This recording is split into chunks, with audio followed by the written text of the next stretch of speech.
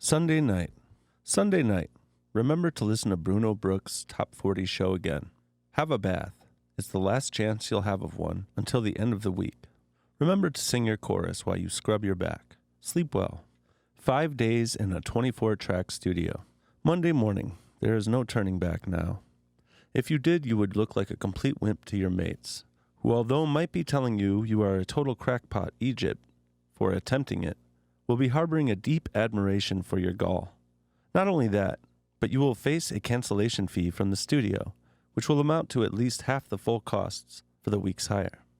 Using your chosen mode of transport, get there for about 10:45. Don't forget to bring your records, Guinness book, notebook, and black pentel. Don't bring a briefcase or a filofax. You would be in danger of looking like a minor league group manager. On arriving to the studio, introduce yourself to the studio manager, find out where the kitchen is, and put on the kettle. A day's work in the studio cannot start without first having a cup of tea. On entering a recording studio for the first time, you will naturally be impressed with all the gear. Do not be intimidated. It is all there ready to work for you.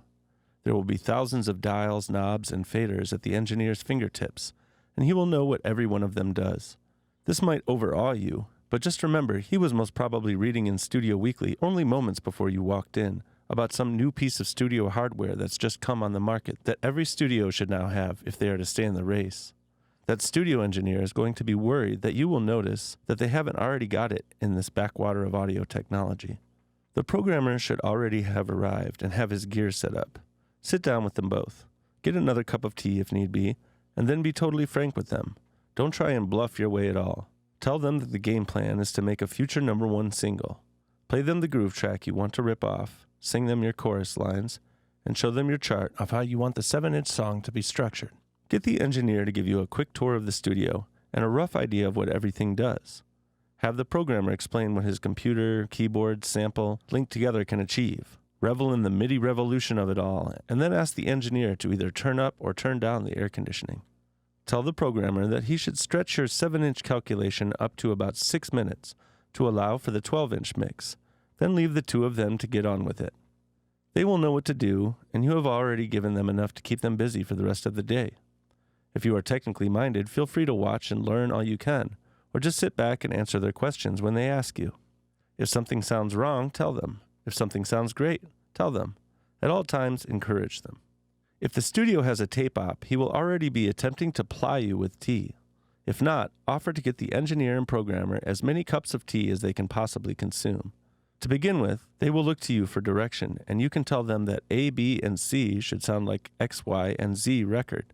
Learning the language of making modern records is learning the language of talking about component parts and atmospheres of other people's records. From now on, you will begin to feel the inevitable pull of the unseen life force of the record you have allowed to be created. It will be as if you are in a sailing boat and suddenly from nowhere a wisp of wind fills the sails. Your job is to hold on to the rudder and at all times never lose sight of the harbor lights. Let the crew bail out of the water. Let the crew trim the sails. Let the crew man the galley. Remember, if you ever leave go of the rudder to help the crew, all hands may be lost, along with any chance of ever hearing your record being played at 5 minutes to 7 on Radio 1 on a Sunday evening. From now on, in nearly everybody you will be dealing with has the possibility of becoming a millionaire by what they do. The success of your record is going to help them get there, even if they don't share directly in the profits of your little enterprise. It is because of this that you will not come across any jobsworths. Quite the opposite, nothing will be too much trouble. Engineers are a rare breed. They all assume that they are the greatest engineers in the world, or at least the greatest undiscovered engineers in the world, or at the very least, given the right gear to work with in a project like the next Sting or Peter Gabriel album, they would soon become the greatest. The plus side of this is he will work his guts out to prove this is the case. The downside is that since Sting started making records of the sound quality the engineer aspires to, he has stopped having UK #1 singles. Those early 80s Police records had a lot more in there that the great British singles buying public wanted than on any of his mature stuff, whatever the caliber of the guest jazz musicians.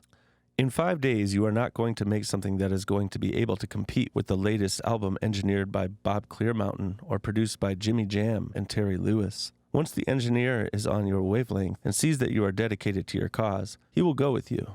In their own world, studio engineers can become superstars demanding points, a percentage of the gross takings, on the mega-selling platinum albums they work on. They can become very rich men. The great thing about them is they very rarely become openly arrogant. If one were to, he would never get on. The years of making endless cups of tea for the client has knocked it out of him. Also, the successful engineer knows he doesn't have to be arrogant. His craftsmanship on the records he worked on does all the talking, whereas the successful artist suffers from a continual paranoia that his bluff might be called, and he will be seen to be a fake. He needs his arrogance to hide behind. He will also convince himself that his public expects a certain amount of arrogance from him. The trouble is, the suckers do. Your programmer can also become very successful. He will be able to demand a considerably higher rate once he has been associated with a hit or two. He will also have the opportunity of getting a cut in the publishing of the songs where his creative input has been above and beyond the call of a session fee. They seem to develop the uncanny knack of suggesting alternative or additional chord structures, guaranteeing them, in law, their fair share of the publishing action. We would like to take this opportunity to tell you about the studio, the engineer, and the programmer whom we use. The studio is called The Village, and it is stuck on an industrial estate in Dagenham between a printer's and a carpenter's shop. Whatever we say about Dagenham would do a disservice to the people who live there. As there are no entertaining distractions in the place, it inspires hard work. Dagenham seems to breed a variety of dope-smoking soul boys addicted to putting highlights in their badly cut hair. The older males have a constant need to be funny and talk about the price of second-hand cars. Our engineer, Ian Richardson, is probably a genius, is probably very funny, will take down his trousers at the minimum of provocation, has blonde highlights in his hair, and has an earring in the wrong ear, finds it impossible to talk to girls without at least proposing marriage. He is a vegetarian and a violent anti-smoker. He drives second-hand Jags and is always rereading a book about the Cray twins. He plays drums in the Rubettes. Our programmer, Nick Kohler, is a genius. He can play on the piano every piece of music ever written. His left hand is a blur of fumbled bass notes, while his spectacles slide down his perspiring nose. His cathedral choir boy sense of fun has never left him, and he sports a line of strange hand-knitted jumpers, is continually trying out new haircuts, drives second-hand Audis. He plays keyboards with the Rubettes.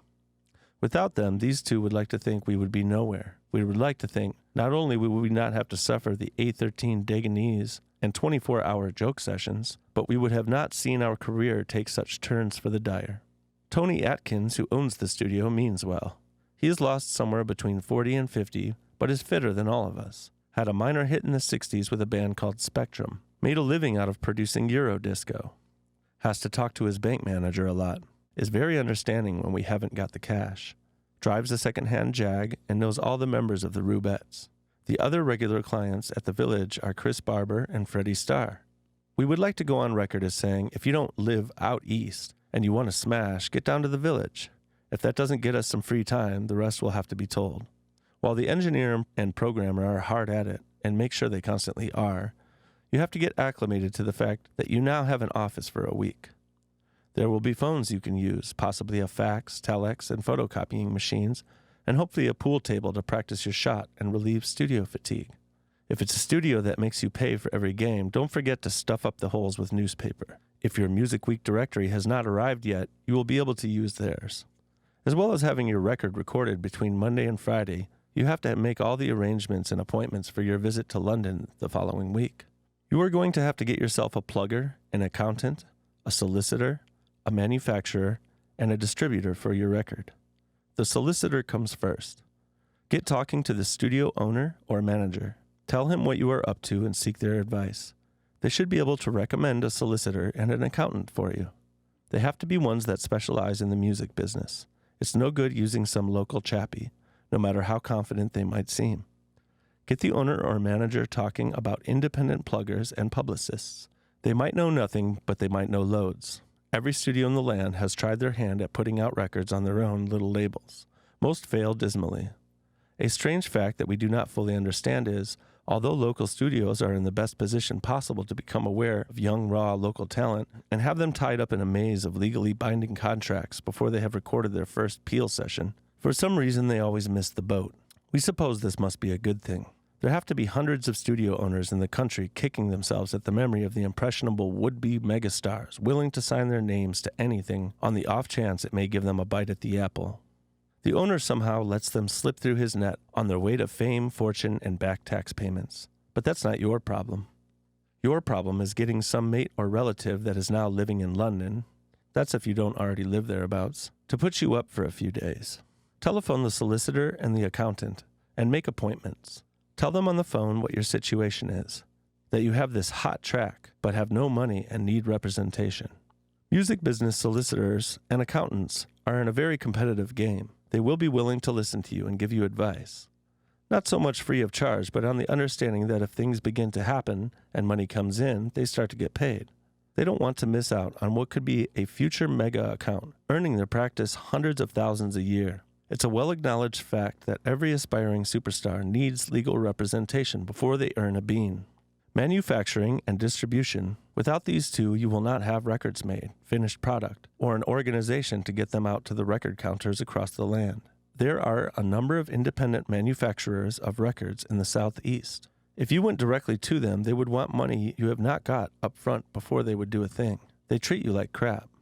Manufacturers deal with hundreds of small-time one-off labels, local bands wanting to press up 500 copies of their records to impress their unimpressed girlfriends, or schools pressing up limited quantity LPs of their choir or brass band. They will see you as one of these. The only people that have any clout with these manufacturers are the major record companies, who will use independent record manufacturers when their own plants are working to overcapacity and they need to farm out work, or the larger established indie labels that provide a steady flow of reliable business. Even then, the pressing plants will lie to them and generally screw up and pass the buck. The reason for this is not because they attract the worst kinds of mankind to work for them, but because there are not enough pressing plants to meet the demand. A ludicrous situation that we are surprised that some enterprising moneyed individuals have not put to right. A pressing plant somewhere in the north of England would clean up. This situation has been arrived at because WEA centralized their European operations sometime in the early 80s, at the height of the recession, and closed down their British pressing plant. The Polygram group of companies did the same last year. Now both of these companies have begun farming out much of their work to the remaining independent manufacturers. What you are going to need is a distributor that will handle your manufacturing as well. The three main independent distributors in the UK at the time of writing are Pinnacle, Spartan, and the Cartel. Both Pinnacle and Spartan are based in the Southeast, and both have a healthy CV of numerous past hits. The Cartel is, as the name implies, a group of independent distributors across the country who work in conjunction with each other, providing a solid network of distribution without stepping on each other's toes. We are distributed by the Cartel. One thing that the Cartel has that might be favorable for yourselves is that each of the separate distributors that make up the Cartel are able to take on a record or label to manufacture and distribute themselves, and the rest of the Cartel is obliged to distribute it. If there are one of these members of the Cartel near where you live, you should make an appointment to see them first. If they were to handle your manufacturing and distribution, you would be able to keep in far closer contact with what's going on. Also, rough trade distribution, who are the Southeast member of the Cartel, are overloaded. In the first 7 months of 1988, they alone had 4 number ones. All the other members of the Cartel are hungry to prove they can do just as well. The companies that make up the Cartel are Fast Forward in Edinburgh, Red Rhino in York, Bax in Norwich, Revolver in Bristol, 9 Mile in Warwick, and Rough Trade in London. As always, you can get their telephone numbers from the Music Week directory. Have a chat with the people at the studio about it. See if they can make any introductions for you. Go out and put the kettle on, make some tea, and go and see how they are getting on in the control room. Try not to spend too much of your time actually in the control room, as you need to be able to hear things afresh every time you go in. If you get too sucked into the actual crafting of the sounds, you will lose the vital objective overview of what is going on. Don't smoke any dope or drink more than 2 pints in any one day all week. If the engineer or programmer starts smoking dope or drinking, you are in serious trouble and will have to have it stamped out immediately. The vast majority of engineers are very professional and conscientious about this and do not indulge themselves on the job. The same goes for any other narcotic stronger than coffee. Be ready for vast depression on Tuesday. Black clouds will gather, and there will be nothing you can do about it. After what seemed a promising start on Monday, when you first got over your nerves and realized things could be done, People in fact took you seriously and carried out your suggestions. Tuesday will be Big Doubt City, and nothing's going to change that. What stuff you have got down is sounding like total crap. It's not just your paranoia telling you it's crap. It is crap. There is no way out, and you will have to plow on. The cynic in you must by now be thinking, what are these dickhead Timelords on about? They haven't told us one concrete thing to do since we've been in the studio other than leave it to the engineer and programmer. If it was that easy, everybody would be having sodding number ones. This manual is a con, just like all those get-rich-quick and keep young and beautiful books. Just another part of the late 80s sham, the fag end of Thatcherism, full of patronizing prose and cheap metaphors. I mean, for God's sake, the Timelords. They've only had the one hit, and that was a pure fluke. A pair of aging fakers, and now they're trying to take the piss by writing this load of crap. We don't think we could argue our way out of the above, other than to say sometime between mid-Tuesday evening and late Wednesday afternoon something will happen, and everything will start to make sense again. The track will begin coming together. By Wednesday evening, you will know you are on to a winner. There is nothing more that we can tell you, even if we were there with you in the studio. Just hold on to your fantasy, roll around on the floor and scream if need be, because it's all too late now. Ideas will come out of you that you've never thought were there. Just let them flow. Don't get too ahead of the game. Don't get carried away thinking your record is going to change the face of pop music. Watch desperation bear fruit and keep making cups of tea for the team. Every second of the track has to grab your attention and never let go. Always go for the hookiest hook, the lowest common denominator, the one you can't believe you're using. Take it and shake it and cry when you hear it. It's going to be a monster, somebody will say. It could be you, but whoever said it, you know they are speaking the truth. A week ago there was nothing, just you, the dole, and the rent and the arrears. And now this. Don't work later than midnight, however well the track is going. Everybody's brain begins to work on half capacity, even though at the time it is telling you different. You will just end up paying for a lot of studio time that was badly used. Obviously, this temptation might not arise if you are having to use public transport to get home. Thursday morning, everybody at the studio will be becoming aware of the track's possibilities. Have a talk with all of them about mixing on an SSL desk. If the studio complex you are using has not got SSL facilities, they will tend to think they are not really necessary. They are. If they have got SSL, fine. You will be able to mix it there. If not, take their advice on choosing another studio that has. See if you can get them to book the other studio for you. They should be able to cut a better deal with them than you can. You will need to book 2 days, one for the 7-inch and one for the 12-inch mix. It will seem to be a phenomenal amount of money to be shelling out for something that others might be advising you don't need. Make sure you give yourself at least a week before finishing the record and starting the mixing. A lot has to be done in that time. Your mind has to settle before going in for the final mix. The sticky subject of money and the lack of it should be dealt with about now. As we said earlier in the bit about booking studios, they will want you to pay up before taking the tapes away. See if you can talk to the studio owner directly, preferably alone. Tell him how you are obviously working on a very limited budget, and now that it would seem that everybody is in agreement, you have the makings of a smash, it would be totally stupid not to make the logical steps and have the tracks properly mixed. He is bound to agree with you. Tell him that if you were to pay them their bill at the end of the week, you would not have the finances to take the project any further, and ask to be given a 28-day invoice to settle up. If he doesn't agree to this, he will be a total sponge brain.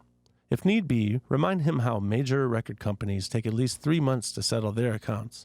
But as he will now be wanting your record to happen as much as you do, we are convinced that he will see sense in granting your request. Another problem might arise here, where you are going to have to use all your tact to tiptoe through and get out with everybody still on your side. The studio owner might come up with some ideas in the way of help he can offer you. Naturally, as a businessman, he is going to want to see if there is any way he can get involved with what you are doing that could be profitably turned to his advantage. His instincts will already be telling him you are somebody on the way up. He won't be too sure in what way, but he would like to be there when the cake gets cut. The 3 possibilities he could offer you are: 1. Assign the copyright to his publishing company. 2. Let them put the track out on their own indie label. 3. Let them shop the track around the majors for you.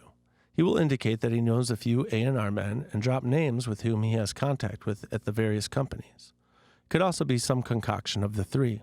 On the first one, publishing, this is the one area that might get you able to make some real money from the whole venture. To give that away now for nothing when your hand is at its weakest is at the very least a shame. To put the record out on the studio's own label would be to assign yourself to the terminally unhip. Now we know being unhip has nothing to do with chart potential, but the hackneyed graphics and the memory of previous releases on the label will all count against you when your record is out there needing all the bonus points it can get. The third suggestion that he shop the track around for you. The reason why this route is definitely not going to be taken is although he does undoubtedly know the said A&R men, it will never happen. Your track will just become one of 1,000 cassettes lost somewhere between telephone calls, lunches, meetings, and gigs in the expense account world of the successful A&R man. Even if you were able to get a deal for the track worth a couple of grand advance, that money would instantly be swallowed up in the recording costs incurred. Your track would also be on the way down the priority list of the major record company, whose main job is establishing and sustaining their international mega acts. Your record would be seen as some cheap acquisition. If it happens, all well and groovy for them, but nothing more than better than a poke in the eye. The trouble is, any one of these propositions could be the instant answer to all of your prayers. Your burdens transferred in exchange for one of these three, the studio will waive its fee, or at least put it down as a recoupable cost to be accounted for at some unstated date in the future. Your ego will be flattered that somebody in authority is taking what you are doing as a serious proposition. But please, we beseech you to hold out on all three counts. Giving in on the second or third will definitely consign you to never making a number one. The first could certainly lessen the chances, and, as we stated above, doesn't make financial sense. Remember at all times, even if the studio owner has no direct stake in your record, he will want to see it do well for the sake of the studio's credibility. The one late 80s exception to the above that we can think of is the Fawn setup in Sheffield. Through that studio have come two of the big hits of the previous 12 months from writing, House Arrest and Funky Worm, with groovy graphics and sounds that are hip to the beat in the very month of release, both of which the Fawn boss, Amric, has licensed to majors. Tell the studio boss you want to get the track finished before you make any decisions, and then you would not do anything without first seeking the advice of your solicitor. It might not be what he would like to hear from you, but will respect you all the more for it. Now that's sorted out, back to the studio. Backing singers, wild and weird samples, events you never planned, whole new directions, these sort of things will be happening now. Friday daytime. This is your last chance to make whatever arrangements have to be made for your week in London Friday evening. Friday evening, get a 7-inch rough mix of the track done. Leave the building that night with at least half a dozen cassettes of it. You will feel good. At home over the weekend, you will play the track constantly. You will be beside yourself with confidence.